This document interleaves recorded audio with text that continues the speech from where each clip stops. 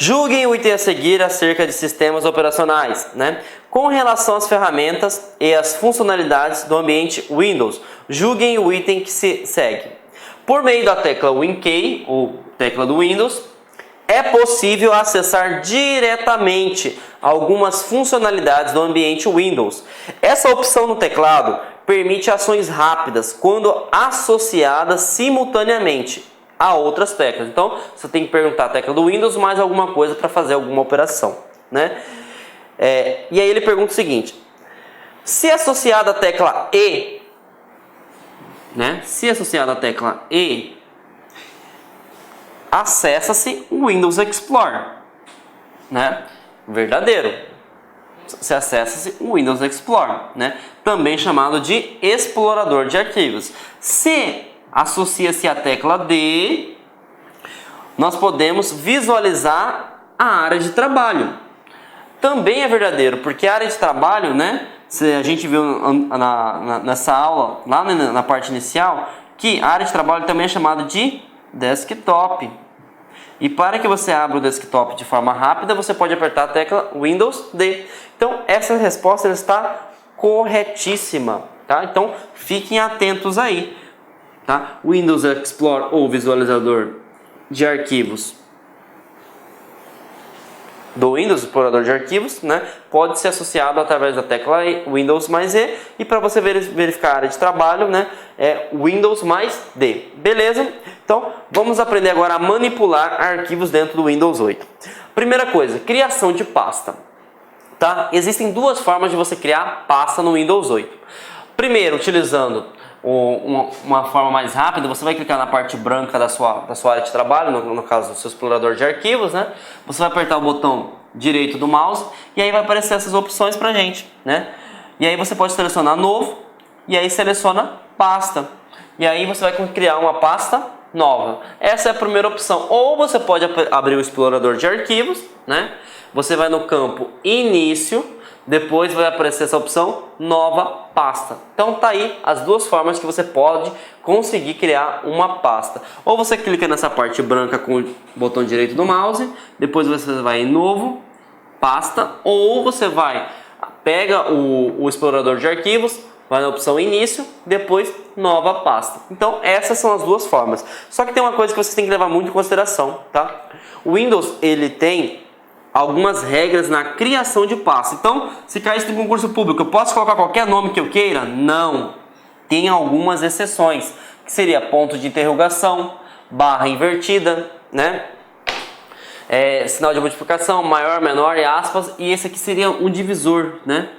Então, temos que ficar atento com isso, tá? Então, aqui, por exemplo, se eu vou tentar colocar interrogação, ele permite, né? Na verdade, ele não permite, ele dá uma mensagem que não se pode. Então, por exemplo, como que cai em questão de concurso público? Eu preciso decorar tudo isso, professor João Kleber? Não precisa decorar. Mas você tem que decorar o seguinte, que quando a gente vai nomear uma pasta, existe algumas exceções. E o Windows, ele não aceita qualquer nome. Então, fiquem espertos com isso. Beleza? E aí, vamos à questão de visualização do explorador de arquivos, né? Que a gente viu na questão anterior, né? Nós podemos acessá-los por Windows mais E, tá? Deixa eu tomar um pouquinho d'água aqui, né, gente? Porque senão a garganta não aguenta, né?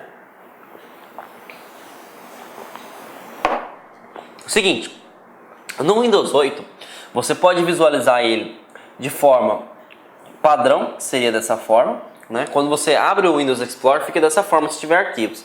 Ah, mas essa parte aqui está muito ruim, eu queria dar uma visualizar através, por exemplo, de ícones pequenos. Como que eu faço? Simples. Aqui está por nível de detalhes, por exemplo, né? Mas se eu quero aumentar um pouquinho a visualização para identificar qual que é o conteúdo dos meus arquivos, você pode aqui no canto inferior da tela e aí você vai verificar que tem duas opções de visualizações. E aí você pode selecionar exibir os itens com uso de miniaturas. Então isso seria o padrão, ou então você pode utilizar por miniaturas, tá? Como que eu faço para alterar isso? Você vai no canto inferior, no canto direito e visualiza. Ah, professor João Kleber, mas só existem essas duas categorias? Não, por ser mais rápido, digamos assim, né? Eu posso selecionar essas duas categorias, que vocês viram que está no canto inferior do lado direito, mas existem mais opções. Ah, professor, quais são as opções que a gente existe? Você pode selecionar, por exemplo, por ícones médios, por lista, por ícones grandes, por ícones pequenos e por detalhes, tá? Então, existem essas várias nomenclaturas, né? Aqui é tranquilo porque vai ser um ícone pequeno, um ícone grande e um ícone médio, tá? E aí a lista vai mostrar os arquivos que estão um do lado do outro, só que o que eu acho mais importante que você tem que salientar é o seguinte, detalhes. Quando a gente visualiza um arquivo através de detalhes, né? O que acontece, galera? Você vai ter acesso ao nome do arquivo, à extensão do arquivo, né? Quando foi criado e, por exemplo, já falei de extensão, né? O tamanho do arquivo. Então, assim, detalhes ele vai trazer uma nomenclatura muito grande sobre esse arquivo ou essa pasta em questão. Então, ele traz todos os detalhes realmente. Então, isso que você precisa decorar, né? Existe a forma de você colocar ícone grande, ícone pequeno, lista e médio. Só que a visualização mais importante é através de detalhes, porque mostra quem criou, né? O tamanho, o nome, a extensão e o seu respectivo tipo. Beleza?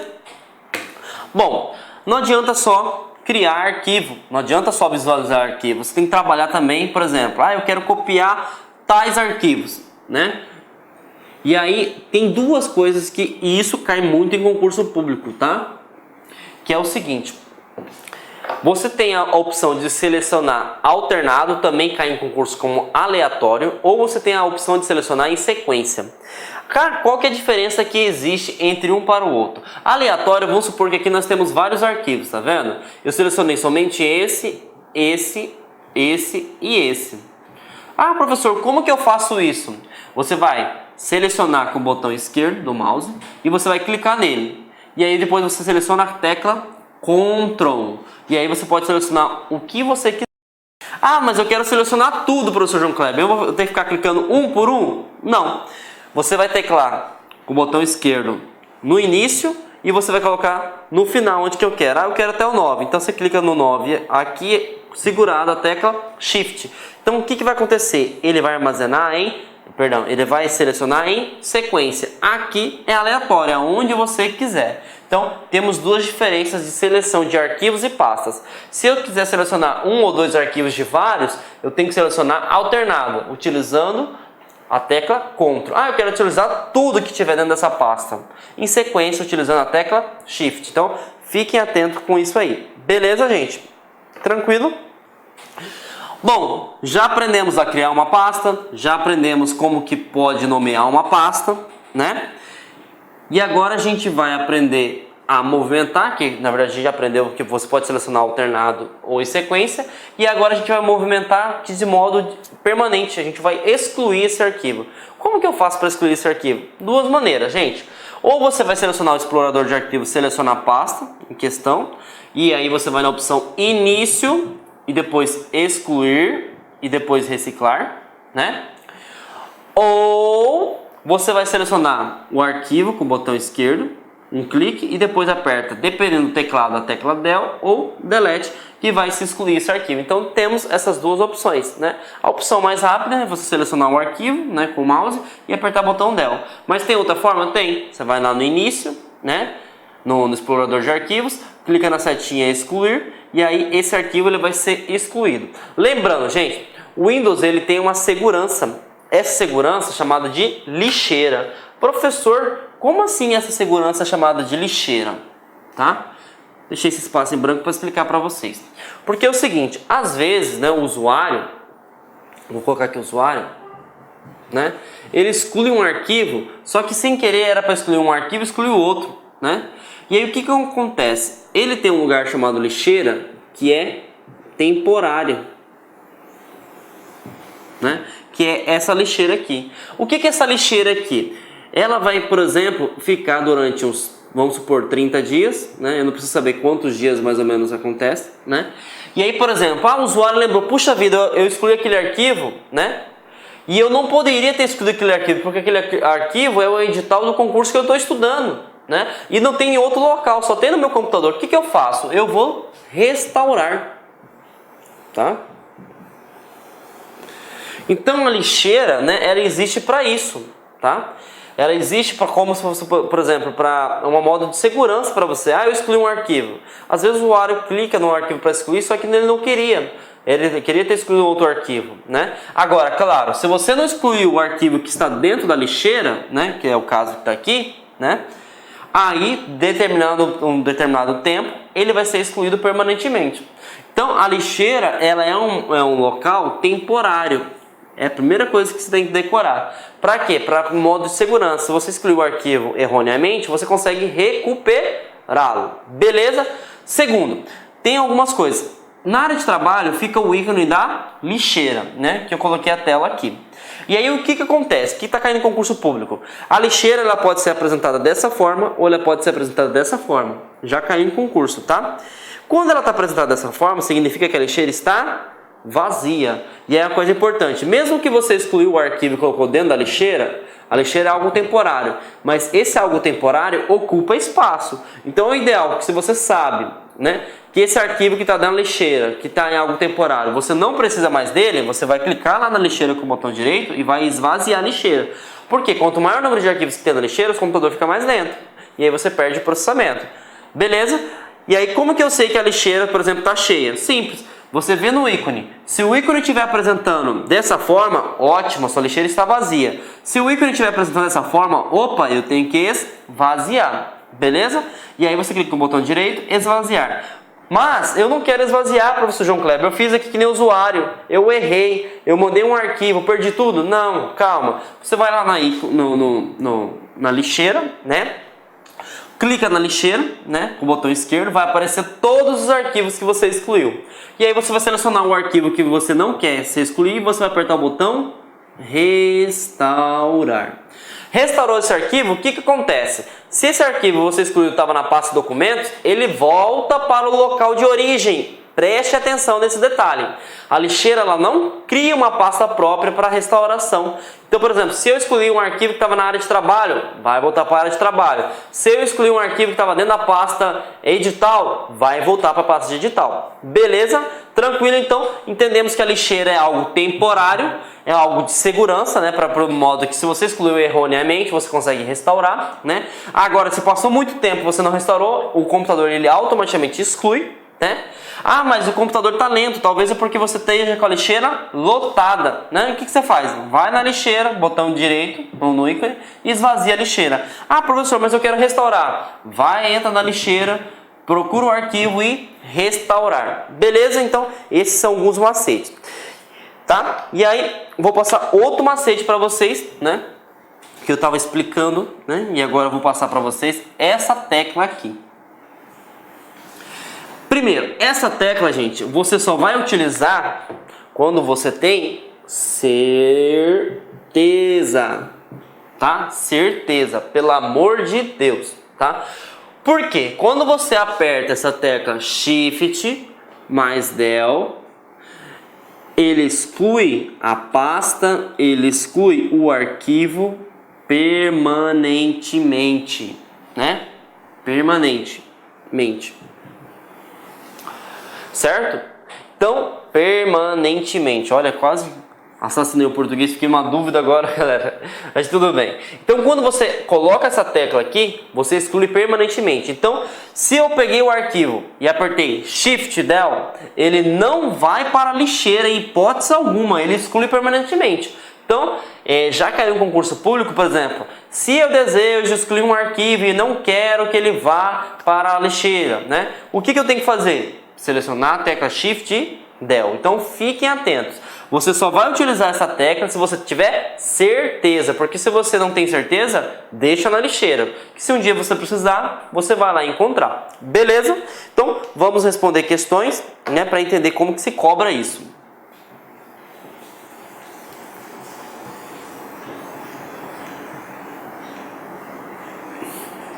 Bom, foi para o órgão FUNAI, né, a ESAF, que foi a banca realizadora, né, por ano de 2006, para o cargo de analista. Ele pergunta o seguinte: no sistema operacional Windows, caso o usuário tenha excluído os arquivos e venha se arrepender, esses itens, né, poderão ser restaurados da lixeira. Na tela, basta clicar na lixeira e o conteúdo da lixeira será exibido. O usuário deverá selecionar o item a ser restaurado e então clicar no menu arquivo e depois restaurar. e a restauração será feita. O arquivo restaurado será devolvido ao... Esse é bem tranquilo, né, de se resolver. Porque é o seguinte, o arquivo ele vai ser restaurado, ele volta para o local de origem. Então, essa não dá para nem utilizar a probabilidade de erro, né? Tem que saber, não existe uma pasta de restauração. Na barra de tarefas, não. Na área de trabalho, não. Na pasta de documentos, não. Existe o quê? O local de origem somente. Beleza? Então, resposta A. Tá? E aí eu trouxe para vocês, galera, algumas coisas que são muito cobradas em concurso público, tá? E aí, eu sei que é chato, eu sei que vocês estão falando, ah, professor, pelo amor de Deus, quem vai conseguir decorar esses atalhos? Esses atalhos você tem que decorar, tá, gente? Quando a gente fala de manipulação de pastas e arquivos, tá?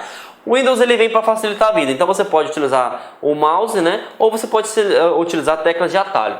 Primeiro, quando você clica com o botão direito nas opções, né, de arquivo ou pasta, vai aparecer essas opções para vocês, né? E aí eu não preciso saber de todas não, tá? Eu preciso saber só das principais. Qual que é a principal? Enviar. Enviar você vai utilizar para quê? Para você enviar para um pendrive, para você enviar para uma pasta compartilhada, para você enviar, por exemplo, para um arquivo zipado, que nós vamos entender o que seria isso, né? Então você vai pegar e transferir esse arquivo para um outro local. A opção recortar. A opção recortar também é utilizada o Ctrl X. Ah, para que serve o Ctrl X? Recorte. O que o recorte você vai fazer? Você vai tirar esse arquivo dessa pasta. Vamos supor que nós temos a pasta doc, né? E aí aqui nós temos a pasta edital, tá?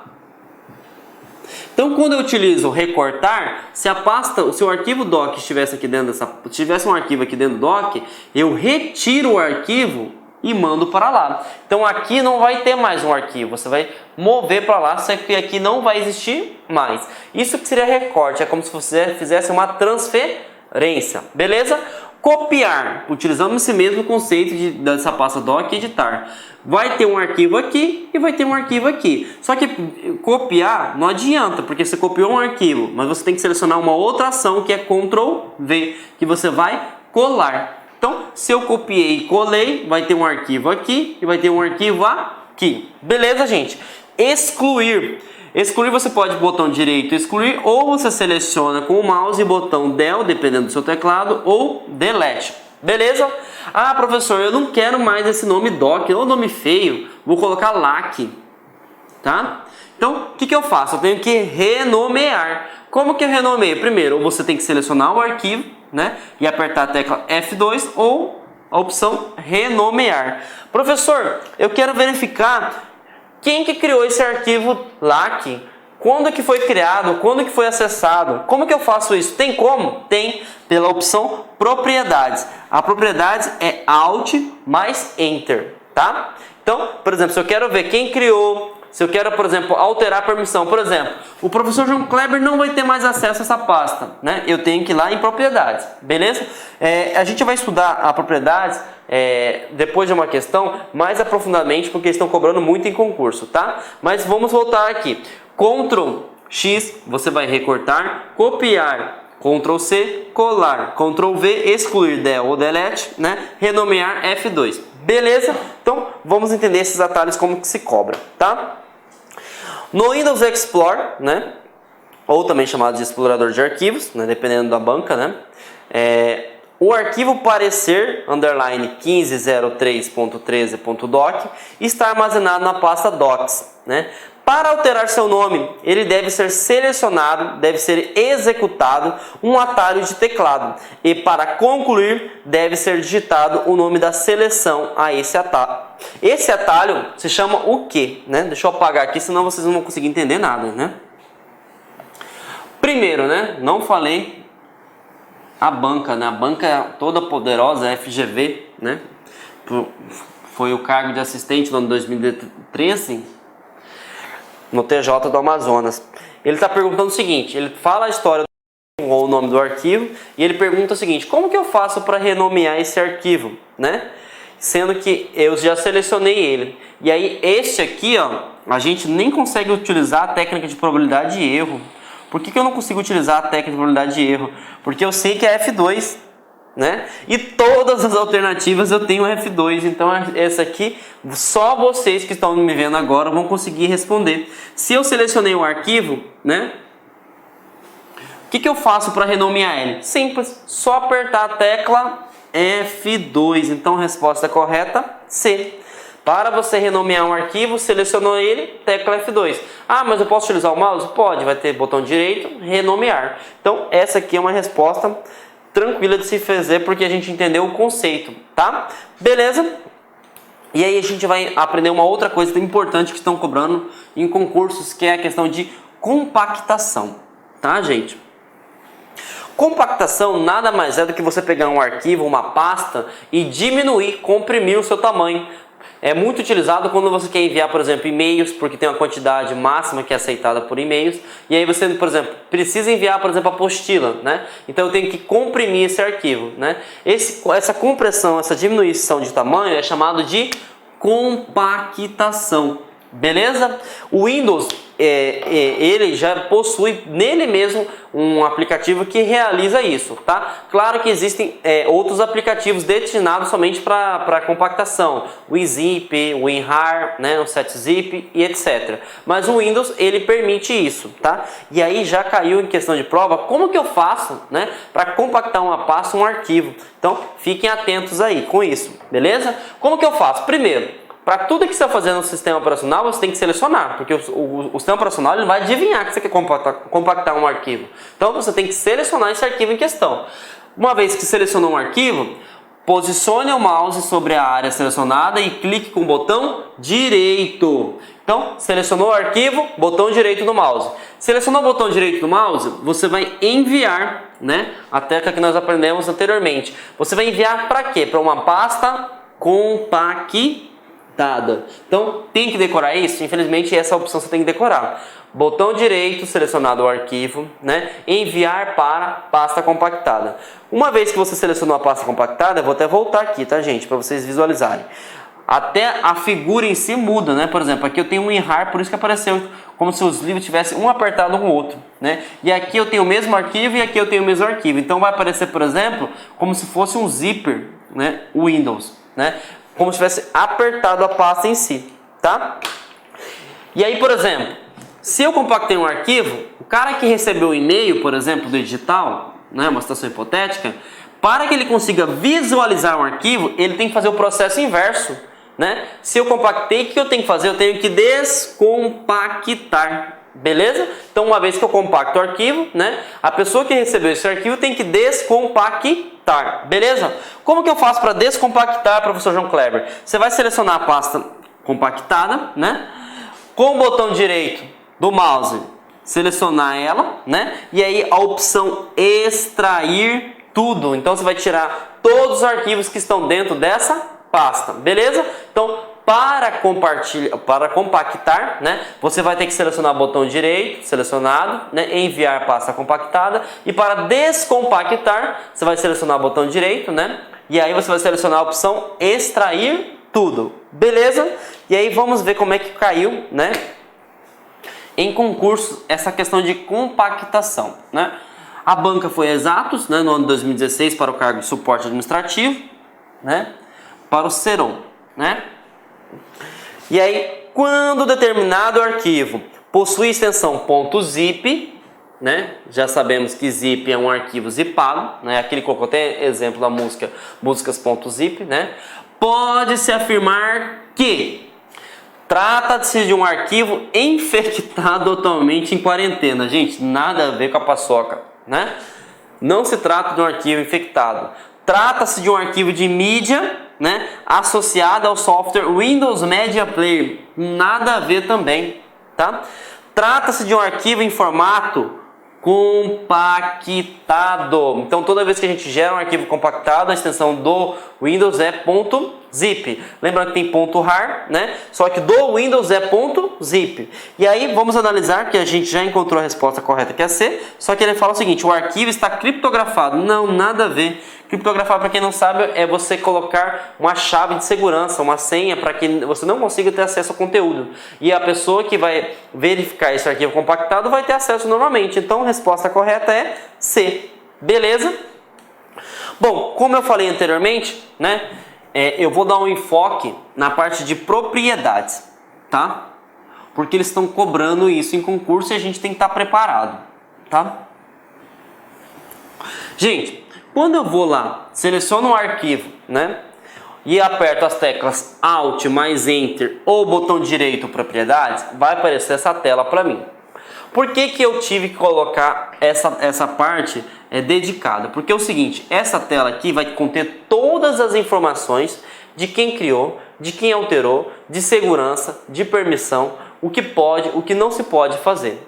Beleza? Então a gente tem que ficar atento com isso, né? Por exemplo, aqui ele mostra que arquivo que é esse, tipo de uma pasta, né? Aonde ele está localizado, qual é o seu tamanho, né? Contém quantos arquivos, contém quantas pastas. Por exemplo, aqui eu sei que é uma pasta teste, mas dentro dessa pasta tem 3 arquivos. Quem criou, né? Se ele é somente de leitura, né? Se ele, por exemplo, tem a permissão de escrita, tá? O Windows ele tem 3 permissões, gente. Ele tem a permissão de leitura, ele tem a permissão de escrita e ele tem a permissão de execução, tá? No caso, como a gente está falando de uma pasta ou de um arquivo, nós não temos essa opção porque execução seria quando é um aplicativo. E aí eu quero que vocês foquem em 2 coisas. A escrita você pode alterar, você pode excluir o arquivo, né? Você pode renomear, você pode fazer o que você quiser. Quando o arquivo, por exemplo, está somente de leitura, como é esse caso aqui, o usuário em si ele só pode ver o conteúdo, mas ele não pode alterar, ele não pode excluir, não pode renomear, não pode fazer nada. Então fiquem atentos a esse quesito aí quando a gente fala de pastas e arquivos do Windows em si, tá? Quando a gente, por exemplo, vamos supor que vocês passaram e vocês estão vinculados a um órgão público, né? E aí vocês têm que criar uma pasta com os relatórios, vamos supor, de um relatório fiscal, né? Ou um relatório de trabalho, ou um relatório de ponto, por exemplo. Esse relatório não pode ser excluído, não pode ser alterado. É apenas para consulta. Então você vai ter que colocar um tipo de leitura. Como que eu faço, por exemplo, para colocar somente leitura? Você vai selecionar um arquivo, botão direito, propriedades, e a partir na aba segurança, você vai conseguir, por exemplo, colocar quem tem acesso, o que pode fazer, se é leitura, se é escrita e quais são os usuários. Por exemplo, eu quero pegar esse arquivo, eu quero compartilhar ele na rede para que todo mundo tenha acesso. Como que eu faço? Você vai pegar o Alt Enter, entrar na parte de compartilhamento e você vai compartilhar esse arquivo com quem você quiser. Então, é muito importante por causa disso. Você consegue verificar quem criou, quem alterou, qual o tamanho, que tipo de arquivo que é e pode alterar as permissões e quem pode visualizar. Perfeito, gente? Bom, vamos entender outras coisas importantes também do Windows, né? Que seria a questão dos usuários, tá? O Windows 8, assim como o Windows 7, caindo aqui, ele tem três tipos de usuários, tá? Ele tem o usuário administrador, ele tem o usuário padrão e ele tem o usuário convidado. O que eu preciso saber? Gente, o usuário administrador é um usuário que tem acesso a tudo, tá? Ele pode criar outro usuário, ele pode alterar a permissão, ele pode alterar configurações de sistema, ele pode fazer o que ele bem entender, beleza? Então, por exemplo, o usuário João aqui, no caso, ele pode fazer o que ele quiser. Usuário padrão, o que seria o usuário padrão? Primeiro, esse usuário foi criado por um usuário administrador, né? E aí o que acontece? Esse usuário, ele vai ter determinados tipos de acesso, definidos por quem? Por João, né? Então ele, por exemplo, se eu definir que ele pode ter acesso à internet, ele vai ter acesso à internet. Se ele tiver acesso a tal aplicativo, ele vai ter tal aplicativo. Se ele tiver tal acesso a tal pasta, mas tem que ser tudo o quê? Pré-definido, beleza? E aí, qual que é a diferença, professor João Kleber, que existe do usuário LAC para o usuário convidado? É o seguinte, para que você entenda esse conceito, eu vou dar um exemplo bem prático para você conseguir raciocinar aí junto comigo. Imagine que você trabalha numa loja, né, de eletrônica e você venda computador, né? Imagine que para essa pessoa visualizar o sistema operacional Windows 8, ele vai ter que manusear, né?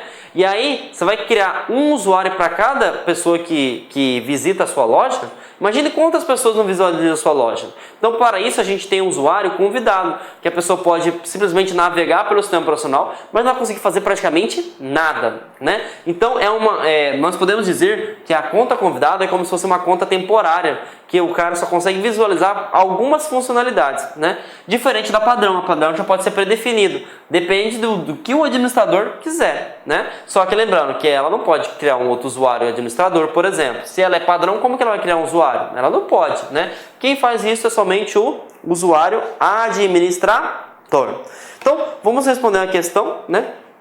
Essa questão aconteceu na Polícia Civil de Pernambuco, né, para o cargo de investigador do ano de 2016, né?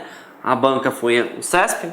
Ele cobra o seguinte: considerando que diversos usuários compartilham uma estação de trabalho na qual está instalado o Windows 8.1 e que para acessar a rede e o sistema é necessário, né, realizar a autenticação por meio de nome de usuário e senha, assinale a opção correta. Então ele está perguntando o seguinte, galera: para acessar a rede do sistema, né, é necessário realizar a autenticação por meio de nome de usuário e uma senha.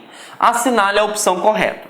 Então vamos lá. Cada usuário pode utilizar seu nome de usuário e senha particular para acessar a rede.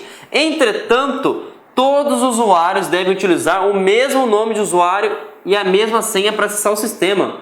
Pera aí, ele está falando o seguinte, que você criou uma senha, né, para o Windows, e aí essa mesma senha você vai ter que utilizar para o sistema, por exemplo, da polícia. Completamente errada essa questão, né? Você pode cadastrar uma senha para o Windows e uma senha para o sistema. É que nem, por exemplo, para vocês conseguirem entender o que a acesso está cobrando aqui, é o seguinte: você tem a senha para acessar a LAC. Essa mesma senha tem que ser obrigatória para acessar o Facebook seu, ou o Instagram, ou o seu Hotmail, Gmail. Então essa resposta está completamente equivocada. Beleza? Vamos para B.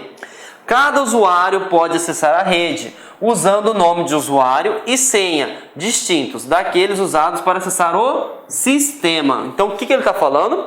Cada usuário pode acessar a rede usando o nome de usuário e senhas distintas, né? Então, cada usuário vai ter sua respectiva senha para acessar o sistema. Essa aqui, até então, está verdadeira. Vamos analisar os fatores.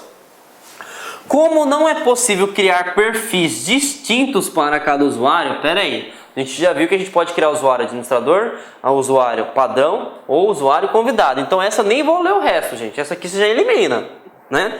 D. Para cada usuário, o nome da conta e a senha devem ser os mesmos. Pera aí. Nada a ver. Você pode criar um usuário, né, e tem a senha respectiva. Primeiro, se você cria o João e coloca a senha João, todo mundo vai saber, né? Então, essa também você elimina, né? E para que os usuários acessem os sistemas instalados na estação de trabalho, deve haver usuário e senha único e igual para todos. Espera aí, gente. Imagina se na Polícia Civil todo investigador tiver a mesma senha. Como que você vai estar vinculado somente a um projeto? Todo mundo vai ter acesso ao tipo de projeto que você esteja investigando? Não, né? Para aí. Então, a resposta correta é a C, né? É a B, né? Por quê? Cada usuário pode acessar a rede usando o nome de usuário e senha distintos daqueles usados para acessar o sistema, né? Então, fiquem atentos aí. Beleza?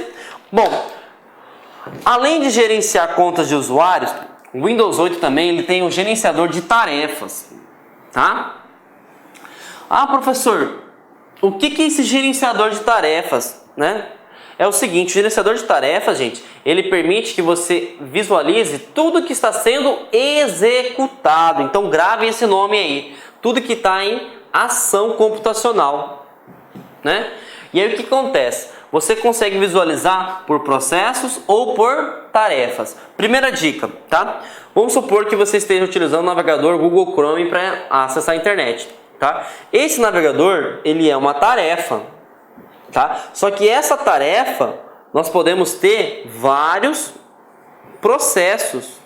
Então, eu tenho o processo 1, eu tenho o processo 2, eu tenho o processo 3, 4, 5. Então, o que seria o gerenciador de tarefas? Você vai verificar todas as aplicações que estão em ação. Só que essas tarefas, elas são subdivididas em processos, é que nem, por exemplo, um órgão que vocês estão preparando para passar, né? Esse órgão é uma tarefa, só que tem vários funcionários em diferentes ações, beleza? E aí o que acontece? Vamos supor que o seu computador esteja travando, né?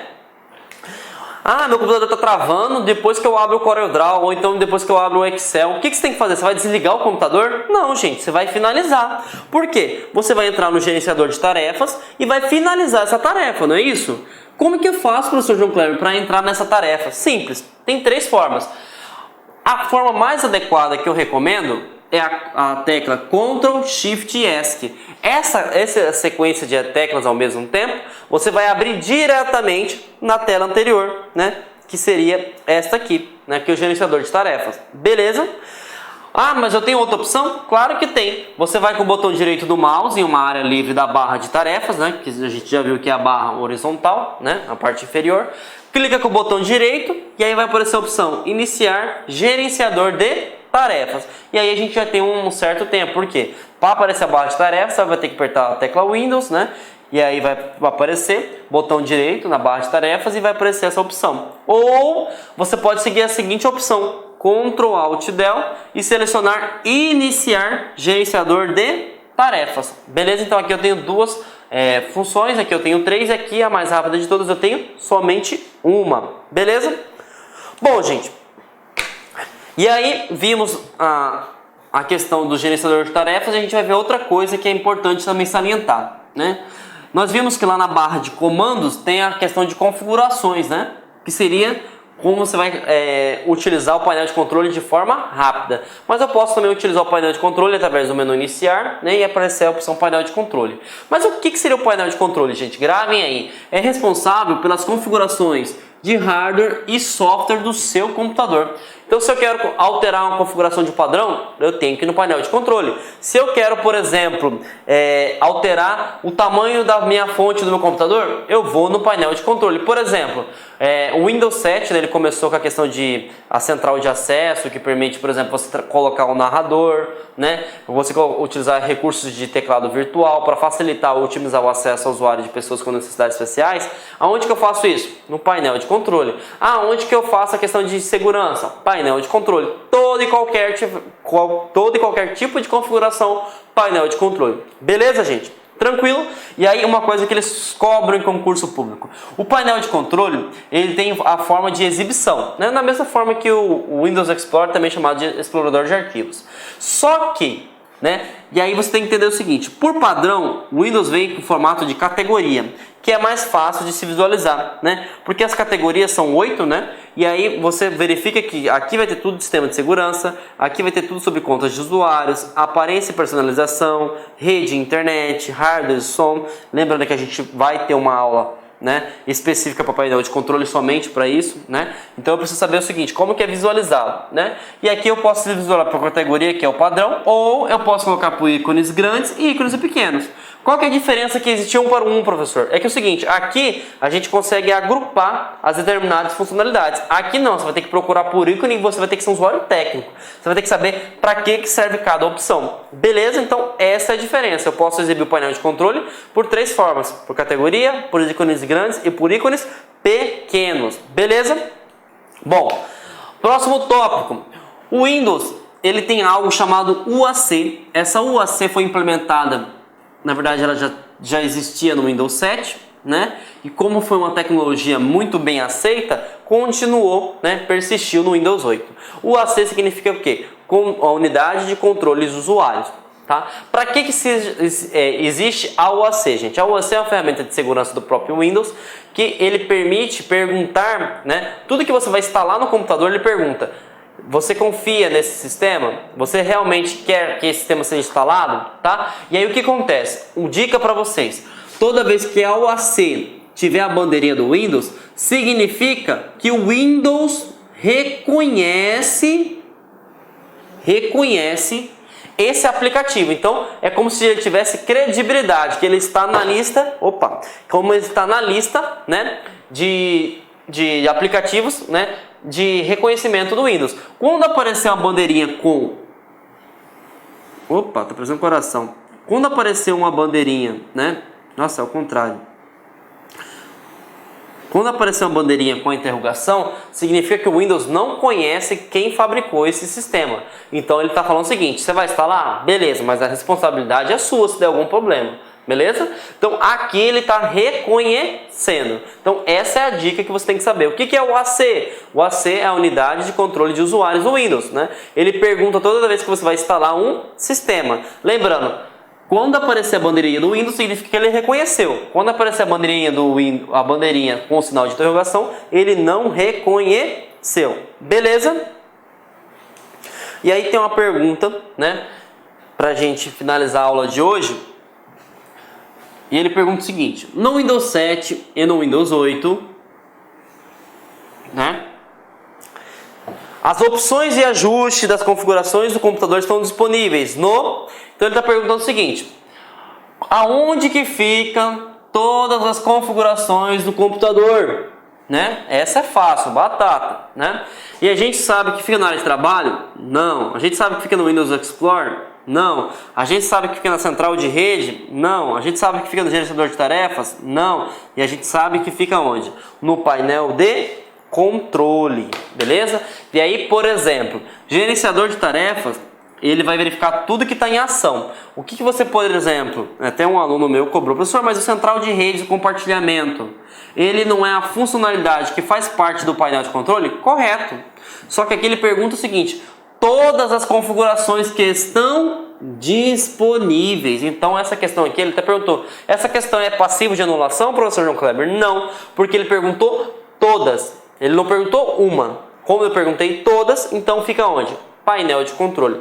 Beleza, gente? Então, finalizamos mais uma aula, né? Espero que vocês tenham gostado, né? Assim como todas as aulas, eu peço que vejam a aula 1, 2, 3 vezes e façam questões, né? Porque não adianta nada você ter só a teoria se você não praticar. Responda as questões 1, 2, 3, 4 vezes. Só assim você vai conseguir adquirir conhecimento. Beleza? Tenha uma ótima semana e a gente se vê até breve. Um abraço, tá?